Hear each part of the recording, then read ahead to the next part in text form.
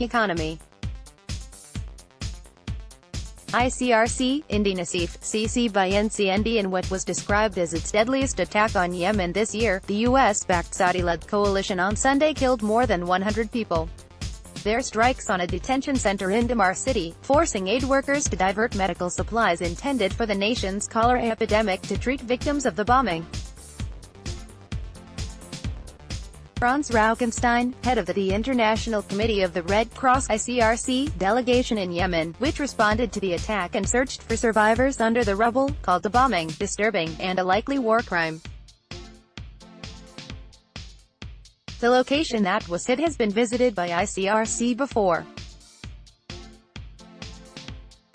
It's a college building that has been empty and has been used as a detention facility for a while, Rauchenstein told AFP.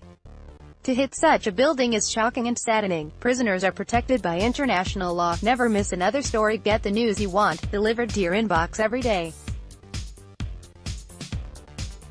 According to ICRC, there were around 170 people in the detention facility when it was attacked by the Saudi-led coalition.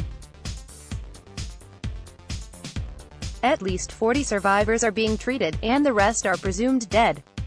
Witnessing this massive damage, seeing the bodies lying among the rubble was a real shock, said Rauchenstein.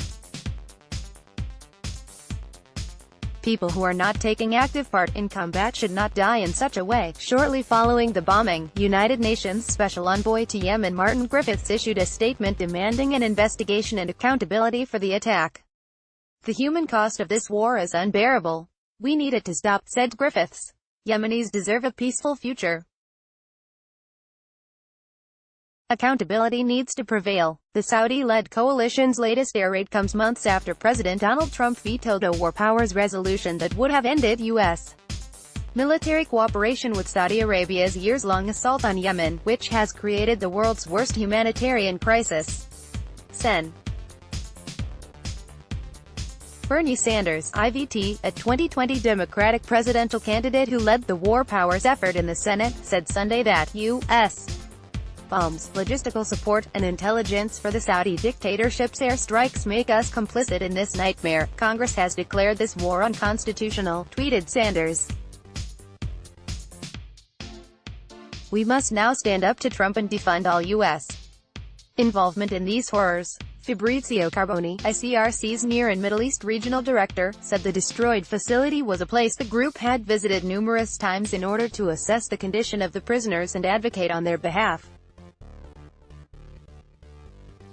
The conflict in Yemen is claiming too many civilian victims and others not taking part in hostilities, Carboni said following Sunday's bombing. We need to understand now what exactly happened and how we can support the injured and families of the dead, hate racists. You'll want to read this. Donald Trump and the GOP have doubled down on their campaign of hate and destruction. It's not difficult to see that we all have to do more to stop it before it's too late. That's why we're announcing our Make a Racist Cry campaign, where every dollar you give to Truth Out will go directly to our ongoing efforts to make racists cry, because if there's anything a racist hates, it's fearless journalism. 1.3 million people read Truth Out last month. If every one of you chipped in a few bucks, we'd all be swimming in racist tears. Imagine that. Please, click the donate button and make a racist cry today. Donate now. This piece was reprinted by Truth Out with permission or license. It may not be reproduced in any form without permission or license from the source. Let's block ads. Why?